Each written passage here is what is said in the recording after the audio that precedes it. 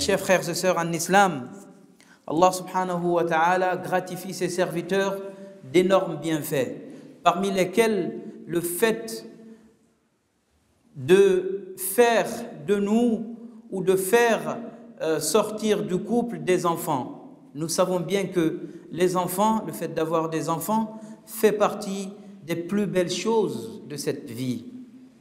Oui, ça fait partie des plus belles choses de cette vie.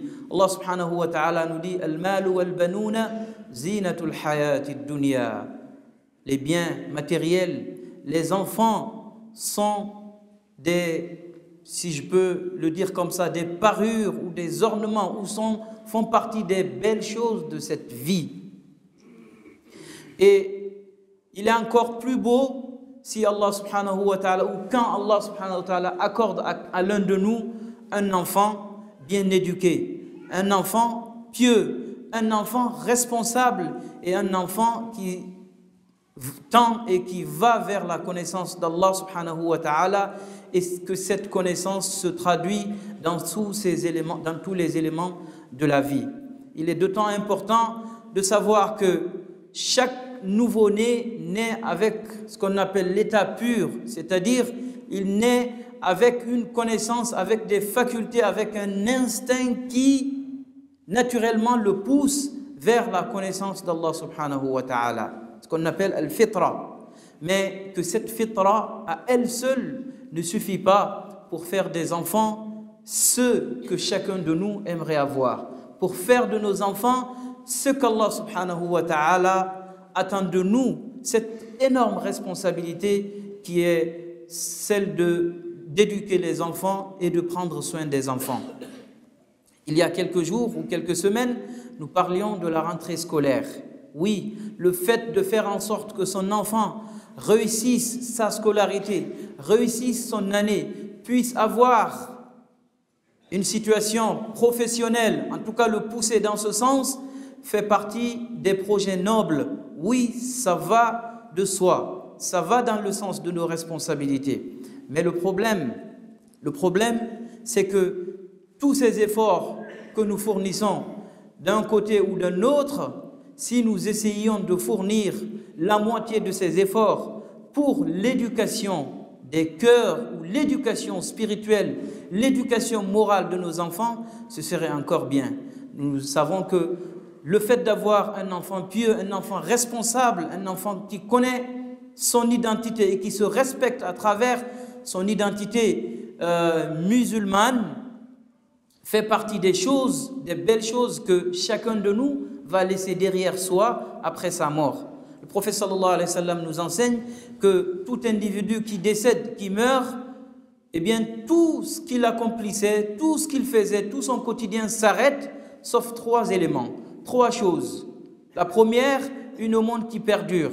La deuxième, une science qu'il aura propagée et qui reste profitable à ceux qui restent derrière lui. Et le troisième élément, c'est le fait d'avoir laissé un enfant bien éduqué, un enfant responsable, un enfant pieux qui va penser à lui. Regardez, le prophète sallallahu alayhi wa sallam, à travers les ordres d'Allah, met un enfant pieux au même niveau qu'une sadaqa jariya. Nous tous, parfois, nous nous empressons à faire des dons, à nous investir dans l'humanitaire, à faire de belles choses ici et là-bas, et nous oublions que l'une des belles aumônes, l'une des meilleures actions à faire, c'est d'abord ta maison, tes enfants. Tu penses à sadaqa jariya, tu ne penses pas à l'enfant qui a dans ta maison et qui est sorti de toi. Alors que le fait de laisser un enfant pieux, un enfant responsable et bien éduqué, ça t'est profitable, toi, déjà pendant ta vie et après ta mort, puisqu'il va penser à toi, il va faire des invocations pour toi, mais tu auras laissé un bon élément au sein de la société. Oui, c'est pour cette raison, c'est au même niveau qu'une sadaqa jariya que tu as fait. Souvent, on est focalisé à ça. C'est une bonne chose d'être au service des autres, de penser à soi à travers des actes comme ça. Mais pourquoi, si on n'arrive pas à accéder à des choses comme ça, ou parfois faire quasiment l'impossible pour faire des choses comme ça, et alors qu'à la maison, elle est là, la meilleure des aumônes, le meilleur des efforts à faire, l'éducation de nos enfants, l'éducation morale, l'éducation spirituelle et l'éducation dans tous les sens du terme de nos enfants. Si tu as pu laisser que ça, eh bien c'est pas anodin, c'est pas quelque chose de négligeable. C'est pour cette raison, la responsabilité qui est la nôtre, si on les éduque, les fruits ici-bas et au-delà, nous les récolterons. Et si c'est le contraire, nous savons bien que le prophète sallallahu alayhi wa sallam nous a mis en garde dans plusieurs textes par rapport à la responsabilité qui est la nôtre vis-à-vis de nos enfants. Vous êtes tous des responsables. Chacun de vous a des responsabilités. Et chacun de vous rendra compte et répondra par rapport à ses responsabilités. Donc, l'autre côté de l'éducation, alhamdoulilah, il y a beaucoup qui pensent que l'éducation s'arrête au fait d'envoyer l'enfant à l'école. Ça fait partie des choses, des éléments de l'éducation. Le fait que ton enfant réussisse sa scolarité. Ça fait partie de l'éducation, le fait d'habiller ton enfant, de le nourrir, mais ne pas s'arrêter là. Ne pas s'arrêter là. Il faut éduquer son cœur. Il faut nourrir son cœur comme tu nourris son corps.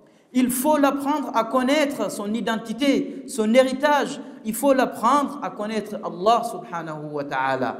Car, quel que soit ce que tu vas ramasser en étant, en tout cas, musulman croyant, quelle que soit la réussite que tu vas avoir ici-bas, si ta relation avec Allah n'est pas celle qu'il faut avoir, eh bien tu seras du nombre des perdants. Allah subhanahu wa ta'ala nous appelle, ô vous qui portez la foi, ô vous qui avez la foi, préservez vos personnes et préservez vos familles, vos épouses et vos époux, même dans l'autre sens, et puis vos enfants face au châtiment, face au feu du jour du jugement dernier. Et dans l'autre verset, il nous dit وَأْمُرْ أَهْلَكَ بِالصَّلَاةِ et ordonne à ta famille la salat. Et nous savons que la salat, elle résume la relation qu'on peut avoir avec Allah subhanahu wa ta'ala. Puisque ailleurs on nous dit inna salata tanha 'anil fahsha'i wal munkar. Donc c'est pour ça wa'mur ahlaka bis salah. Apprends ta famille, ordonne à ta famille d'accomplir la prière par la plus belle des manières, par la manière la plus parfaite. Car si la prière elle est parfaite, elle est bonne, tous les autres aspects de la vie de la personne seront aussi bonnes. Oui, la prière, elle nous rend meilleurs du jour au jour. Chaque jour, quand on essaye de donner sens à cette prière, à ces actes d'adoration que nous faisons, nous devons constater que nous sommes aujourd'hui meilleurs qu'hier. Et cette éducation, elle est absolument nécessaire. Le prophète sallallahu alayhi wa sallam, nous l'avons dit, nous enseigne que l'état pur, cet instinct naturel qui est en nous, en toute personne qui naît, le fitra, qui permet de tendre, d'aller vers la connaissance d'Allah et d'aller vers cette unicité d'Allah subhanahu wa ta'ala, elle doit être entretenue. Elle doit être entretenue. Il est dommage de voir certaines personnes avoir un discours que je pourrais qualifier de malheureux. Ton enfant, mon enfant, je le laisserai choisir. Qu'est-ce que tu veux qu'un enfant de 4 ans, 5 ans, 6 ans choisisse? Tu t'attends à ce qu'il choisisse ce qu'il y a de meilleur pour lui, alors qu'il n'est pas responsable, il n'a pas le discernement.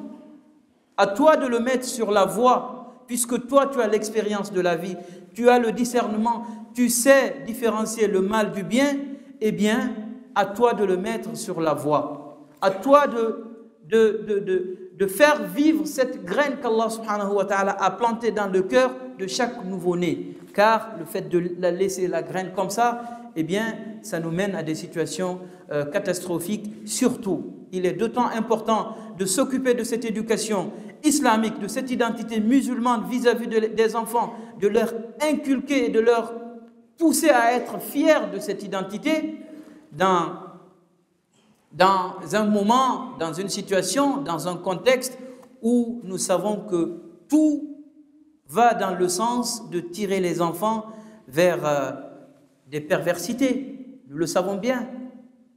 Tout le monde le sait. Eh bien, le fait de laisser son enfant à la merci de tout ce qui nous entoure aujourd'hui ne va pas dans le sens de lui faire service, de lui rendre service, et ça ne va non plus pas dans le sens de te rendre à toi-même le service, puisque tu verras, tu risques de voir ton enfant dans des situations, dans des endroits, dans des lieux qui ne te plairont pas plus tard, dans quelques années, et tu risques d'avoir un interrogatoire très difficile vis-à-vis d'Allah subhanahu wa ta'ala, puisque tu en es responsable de tes enfants jusqu'à ce qu'ils soient responsables eux-mêmes de leurs actes. Et nous savons, ce n'est pas à 2 ans, ce n'est pas à 4 ans, ce n'est pas à 10 ans que les enfants vont être responsables de leurs actes. Ce n'est pas à cet âge que les enfants ils vont arriver au discernement. Donc, à nous de faire attention, surtout dans ce contexte, le contexte actuel que nous vivons. Tout le monde se plaint de l'éducation des enfants. Mais en fait, quasiment tout le monde, sauf une petite partie, a déserté. Les gens ont démissionné de leurs responsabilités de père et de mère. Les gens délèguent ce qu'ils doivent faire à d'autres personnes. Mais la manière dont tu vas éduquer ton enfant, quel que soit celui à qui tu vas déléguer cette éducation, il ne l'éduquera jamais comme tu voudras. Il ne l'éduquera jamais comme tu entendras. Chacun a sa manière d'éduquer. Et puisque les enfants, quand ils naissent, on a le temps de les voir dès leurs premiers instants d'arrivée ici, jusqu'à un certain moment, c'est nous qui avons une influence, l'influence la plus importante sur les enfants. C'est à ce moment-là qu'il faut faire le travail et non pas attendre qu'il soit trop tard et puis après se retrouver dans des regrets. أقول قولي هذا وأستغفر الله لي ولكم من كل ذنب وخطيئة فاستغفروه إنه كان غفارا.